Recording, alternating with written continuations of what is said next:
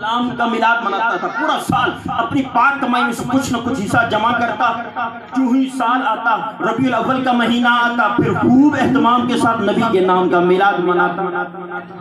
علماء کو بلاتا, صلحاء کو بلاتا, لنگر پکواتا, تقسیم کاری کرتا.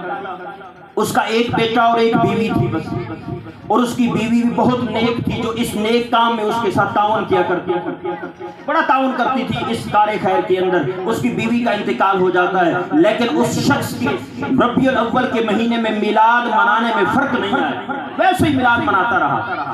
اور ایک دن یہ بھی بیمار ہو گیا. اس نے اپنے بیٹے کو بلایا, کہنے لگا کہ بیٹا لگتا ہے میں دنیا سے جانے والا ہوں. 19 گز کپڑا ہے اور 50 درہم, یہ 50 درہم ہے. 19 گز کپڑے کو کفن دفن میں استعمال کر لینا اور 50 درہم کو کسی کار خیر میں خرچ کر دینا. اور یہ کہنے کے بعد وہ اللہ کو پیارا ہو گیا. بیٹے نے وصیت کے مطابق اس کپڑے کو 19 گز کپڑے کو کفن پر استعمال کیا, جہاں جہاں ضرورت پڑی استعمال کیا. اب جنازہ پڑھنے کے بعد کفنانے دفنانے کے بعد جب فارغ ہوا اب سوچ میں پڑ گیا کہ اس 50 درہم کو میرے والد نے کہا تھا کسی کار خیر میں خرچ کرنا, اب کہاں خرچ کروں. سوچنے لگا کہاں خرچ کروں, سمجھ میں نہیں آ رہی تھی کہ خرچ کہاں کروں جس سے میرے والد کی روح ٹھنڈی ہو جائے, میرے والد کی مراد پوری ہو جائے. اب کہاں خرچ کروں. سوچتے سوچتے شام ہو گئی, عشاء ہو گئی اور یہ اس کی آنکھ لگی سو گیا.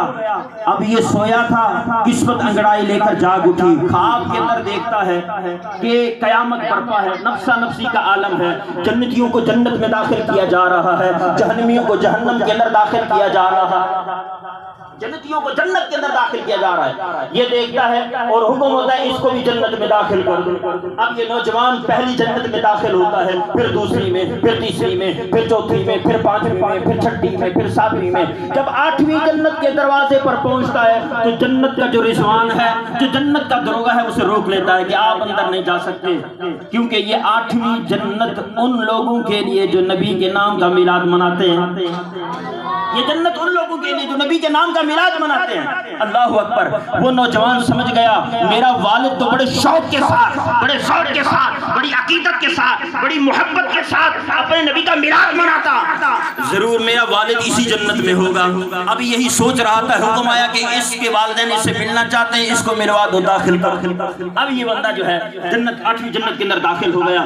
جب دیکھا سامنے ایک پیاری سی نہر چل رہی ہے, اس کے ساتھ بڑی بڑی کرسیاں لگی ہوئی ہیں. ان کرسیوں پر حضرت آمنہ رضی اللہ تعالیٰ عنہ بھی تشریف فرما ہے, حضرت سارہ رضی اللہ تعالیٰ عنہ بھی تشریف فرما ہے, حضرت خدیجہ رضی اللہ تعالیٰ عنہ بھی تشریف فرما ہے, دیگر مقدس ہستیاں بھی تشریف فرما ہے. اسی اثناء اس نے دیکھا اس کی والدہ بھی نظر آئی, اس کی والدہ بھی نظر آئی. اپنی والدہ کو جا کے ملتا ہے, عقیدت و محبت کا اظہار کرتا ہے, دستبوسی کرتا ہے, پوچھتا ہے کہ امی جان ابو کہاں ہیں, ابو کہاں ہیں. تو والدہ نے کہا دیکھو سامنے ایک بڑا شاہی تخت ہے اور اس شاہی تخت پر ہمارے نبی مکرم تشریف فرما ہے. شاہی تخت ہے, اس پر ہمارے نبی مکرم رسول محتشم صلی اللہ علیہ وسلم تشریف فرما ہے, اور ساتھ ہی انبیاء کرام علیہ السلام کی کرسیاں لگی ہوئی ہیں, صحابہ کرام علیہ رضوان موجود ہیں, وہاں پر ابو بکر صدیق بھی موجود ہیں, حضرت عمر بن خطاب رضی اللہ تعالیٰ بھی موجود ہیں, حضرت عثمان غنی بھی موجود ہیں, مولا علی مشکل کشا بھی موجود ہیں, طلحہ بن زبیر بھی موجود ہیں, ابو ہریرہ بھی موجود ہیں, صحابہ کرام موجود ہیں, اولیاء اعظام بھی وہاں پر موجود ہیں. یہ آگے بڑھتے ہیں, سامنے اس ہجوم کے اندر اس کو اس کے والد نظر آتے ہیں. دوڑ کر والد کے قدموں میں پہنچتا ہے, دستبوسی کرتا ہے, ملتا ہے اور پوچھتا ہے ابو جان آپ کو اللہ رب العالمین نے اتنا بڑا مقام کیسے عطا فرمایا, نبی کا قرب آپ کو عطا فرمایا ہے, نبی کا قرب آپ کو عطا فرمایا ہے, اتنا بڑا مقام آپ کو کیسے نصیب ہو گیا ہے. تو والد بتاتا ہے بیٹا جو ہر سال میں اپنی جمع پونجی میں اپنے ماں کمائی میں سے پیسے جمع کر کے ہر سال نبی کے نام کا میلاد مناتا تھا, اس کی برکت سے اللہ رب العالمین نے اپنے محبوب کا قرب عطا فرمایا.